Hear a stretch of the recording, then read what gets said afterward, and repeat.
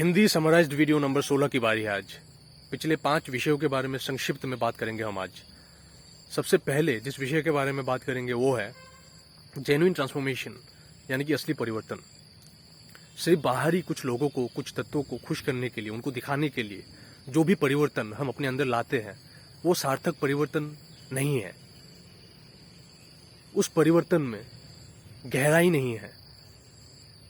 सही मायने में अगर हमें परिवर्तित होना है तो हमें अपने अंदर झांकना होगा। अपने अंदर जो एक पर्यावरण है उसको देखते हुए, समझते हुए जो भी जरूरी चीजें लानी है और जिन चीजों को हटाना है वो पता करना होगा। इसी तरीके से हम अपने आप को सुधार पाएंगे और जब भी जरूरी लगे हमें तो अपने उस प्रयास को दूसरों के सामने भी रख पाएंगे। वैसा होता है असली परिवर्तन।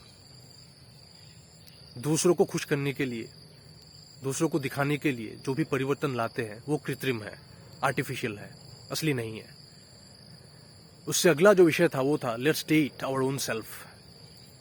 डेट या डेटिंग के नाम पे अलग अलग तरीकों से दूसरे लोगों के साथ हमने संपर्क स्थापित करने का प्रयास बहुत कर लिया, लेकिन क्या हमें आंतरिक शांति प्राप्त हुई या हम बंधक बन के रह गए उन संबंधों का? क्या हमें उन अनुभवों से सीखना नहीं चाहिए? क्या हमें यह समझना नहीं चाहिए कि सबसे पहले हमें अपने साथ एक गहरा संपर्क स्थापित करना चाहिए, खुद को डेट करना चाहिए सही मायने में, गहरे अर्थ में। तभी हम खुद से भी प्रेम कर पाएंगे सही मायने में, और बाहरी जगत में जो भी लोग हैं, जो भी तत्व है, उनमें से किन के साथ जुड़ना चाहिए और किन से हटना चाहिए ये भी समझ पाएंगे।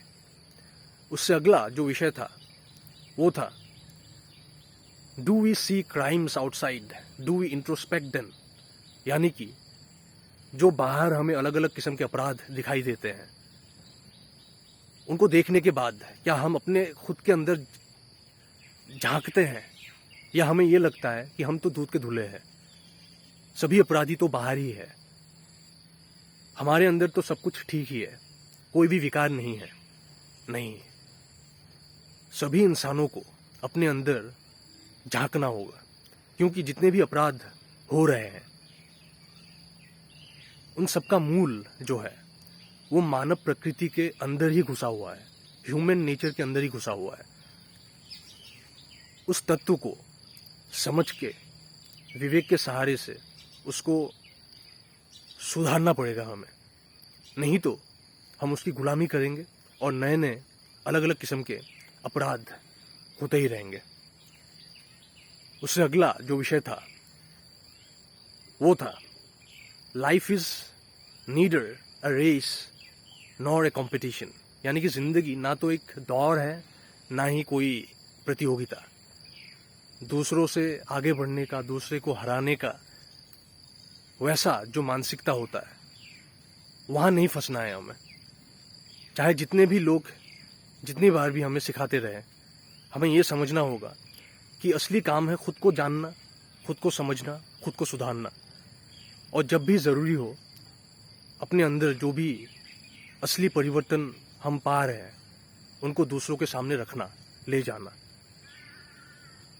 वैसा प्रयास बहुत सुंदर है। प्रतियोगिता के नाम पे, दौड़ के नाम पे एक दूसरे के साथ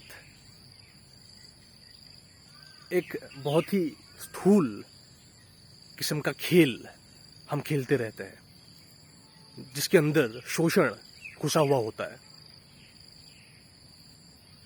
हमें समझना होगा कि जिंदगी में एक दूसरे को हराने से कहीं ज्यादा जरूरी है कि हम सारे लोग अपने आप को समझें, अपने आप को सुधारें।